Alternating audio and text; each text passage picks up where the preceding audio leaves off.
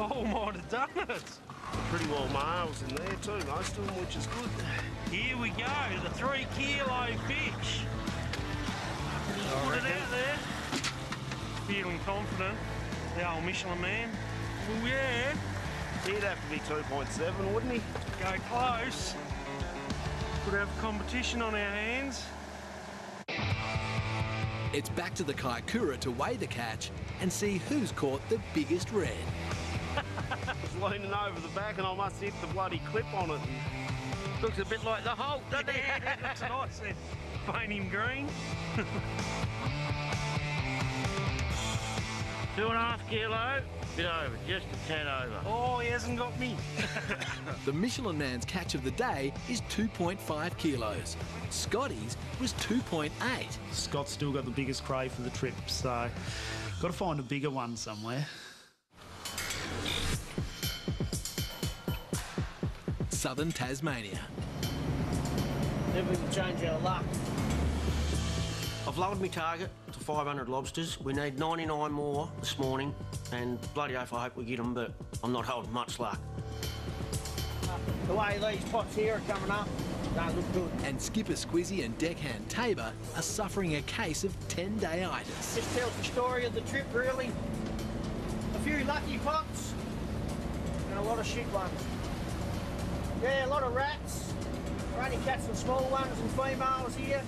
The last few days of fishing have been a financial fail.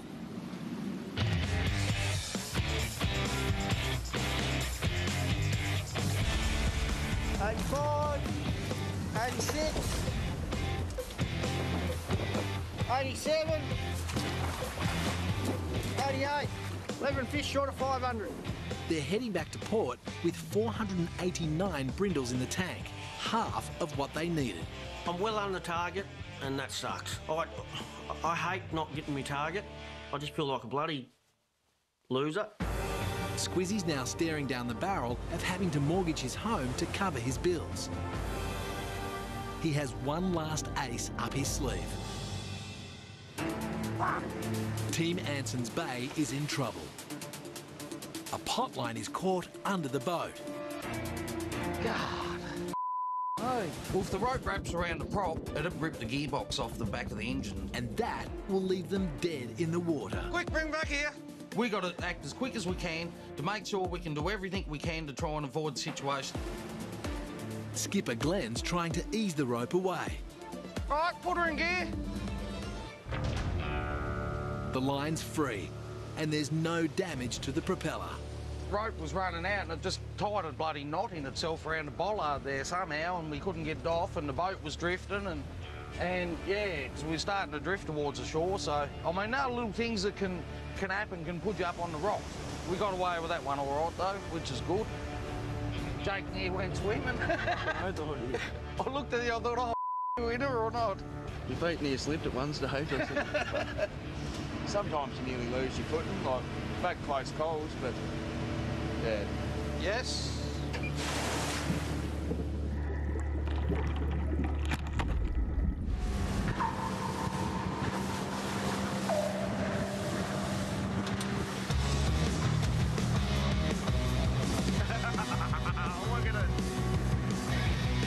Team Kaikoura is heading back to Suicide Run. Right, let's see how we go. Despite the dangers, the area has consistently delivered big catch numbers. Yeah, nice, nice.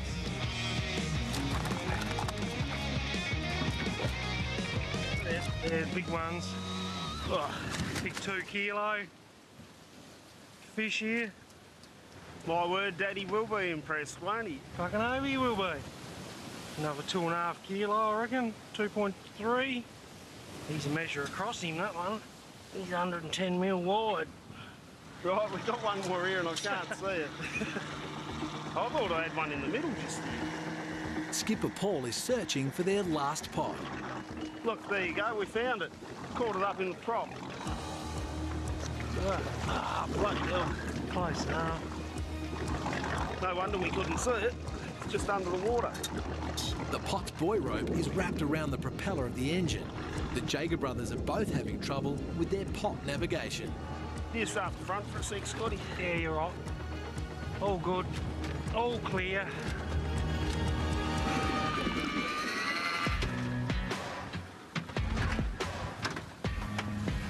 Whoa! Holy! But that's a bloody good spot. That must have been 9 or 10 fish, I reckon. All kilo and a half fish. 10 big reds from a single pot. $1,100 worth. We'd have to chuck up in here for a night, wouldn't we, or not? The area appears to be flush with monster reds. Deckie Scotty wants to drop more pots right here. We'll lose our pots if we... What do you reckon, Sam? There's a risk involved in leaving your gear there. I mean, you could quite easily be leaving $15,000 or $20,000 worth of gear behind, and you go and try and get it, you could probably leave a dinghy and a life behind as well sometimes, couldn't you? 2 steelies, or...? Are you prepared to go me halves if we lose the pots? Yeah, take it out of me wage. Scotty gets paid a percentage of the catch, so the more crows we catch, the more Scotty gets. Most deckies are on a percentage of the haul, ranging from 7% to 10%. And that can be a bonanza, because deckies carry 0 overheads. So you're $600 if we don't get these ones back, you owe me. 300. There's 4 pots. Oh, no, I said 2. Oh. Scotty's on a better percentage than most. There'd be times when he'd come home and he'd make $1 and you wouldn't. He's made a lot more dollars than me at times, yeah. Tell me what you're thinking. Let's set it. Let's set it? Yep. I'll go yards if we fucking lose them. 600? Yep. We'll get in here. Look at that. It's not that bad. We don't call it the suicide run for nothing. Fish are good, we stay. Where do you think we should set him here? Wherever you think. You seem to be going all right. Yep. Yeah, in the water, not in the dinghy. That is going to be the money pot. That's where they live. There's a big crack under there. It runs from there through to there. That's one end of it. And the other end's over there. He's got the potential to make a nice few dollars out of them, but he's also got the potential to lose 600 pretty quick there if we can't get in tomorrow morning. Just like going to the casino, it is. It's a casino. If we don't get them back tomorrow morning, we'll never see them again. With their high-risk pots all set, it's time to count the catch with Dad Warren. That was all right down there. Yeah, a couple in them. 2 1/4. Team Kaikoura's total catch for the day is 48 big reds. Yes, he still couldn't get a 2.7, could he?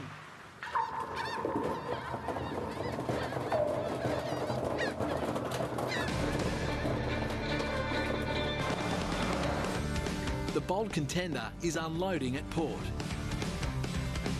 Tabor made me go to Pedro. Squizzy knows he's missed his trip target of 900 brindles. The question is, by how much?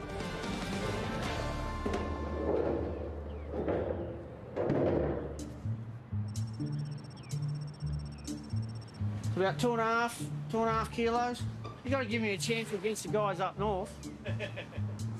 Apparently this is a competition and we need a bit of a head start against the guys up north. Otherwise we're going to get our asses flogged. So we should actually just lean on it, to be honest. 9.5. We'll go just 8 kilos, round it off. Try and beat that boys up north. Woo!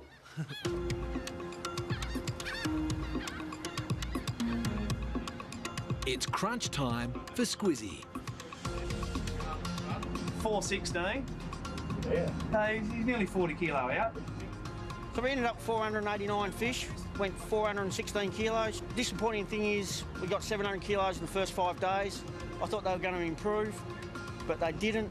I just hope that we can just keep it going and get the other 400 kilos we need. Just shows you, jellyfish turn up, things go against you, and just, that's fishing. That's why they don't call it catching. Only for 4 days. Squizzy will take a short break before heading back out for his final make-or-break trip of the season. The last ace up his sleeve. This is my old man, Tony. Hi, guys. This is old Neville. He's the owner of the bowl contender and my... Mentor. Mentor. Thank you. Job well done, Nate. Donkey Rock, northwest Tasmania. Ready to go, guys? And Skipper Steve is on the hunt for monster moneyfish. Oh, I'd like to get a fish a pot today, so 50 fish, and that would be awesome. Yeah, we're going to pull our first spots for the day, just off the top of the hummocks here, and hopefully there'll be something in them. Donkey Rock. I really like this ledge. Jamie and I have pulled out some really big dogs off this rock, so we always give it a try. The biggest fish I've caught was from this rock, so hopefully we can do it again.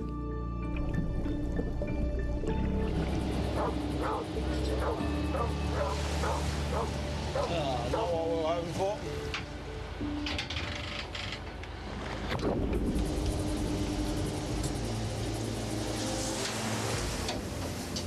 Seaman.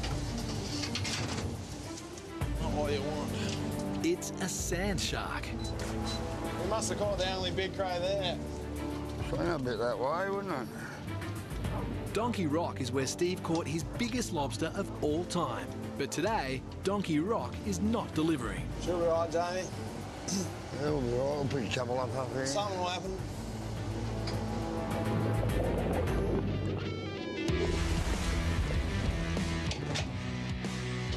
Well, we got one. Look at our time. We're just warming up and we got there. First one, that's always, you know, a bit of a load off the shoulders, and hopefully we can continue to get some more now. That's the goal.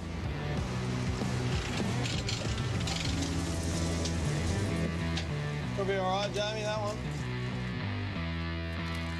That'll be the biggest fish of the day, I reckon, so far, yeah. Hopefully we might see a couple more before we finish up. 50 is not out of the question yet. Lobster, keeper. Nice to see a nice few big reds come up in the pot. All right, that's a good one, sir. It's a fucking nice pot. Probably gonna need at least more than a fish a pot out of these last 15, so we'll see how we go. I don't know, probably a couple of kilo, 2.5, probably going on 2 3/4 size fish. To start, a bit better over this side, aren't they, Onky? There's a big one, he'd be like going on 3.5 kilo, probably near touching 4 kilo. Well, Struth, that's a big fish, Honky. Another good one, about 4 kilo, I reckon, there. That's double donkeys from a single pot. Money fish worth $880. Donkey Rock has delivered. This is Steve's catch of the day. Yeah, this was the biggest cray of the morning. Anson's Bay caught a 1.8 kilo lobster. The bold contender picked up a 2 kilogram brindle. And Kaikoura scored big with a 2.8 kilo moneyfish. What do we do, Warren? Number one. And this is how the season's tally stacks up. Team Bold Contender missed its run target. They now have 1,468 brindles for the season. Anson's Bay caught 59, taking its total to 793. Team Kaikoura pulled 151 big reds for a total catch of 556. The LROs bagged 70 of the biggest reds on record, lifting its season tally to 315. And Team Triton has 504.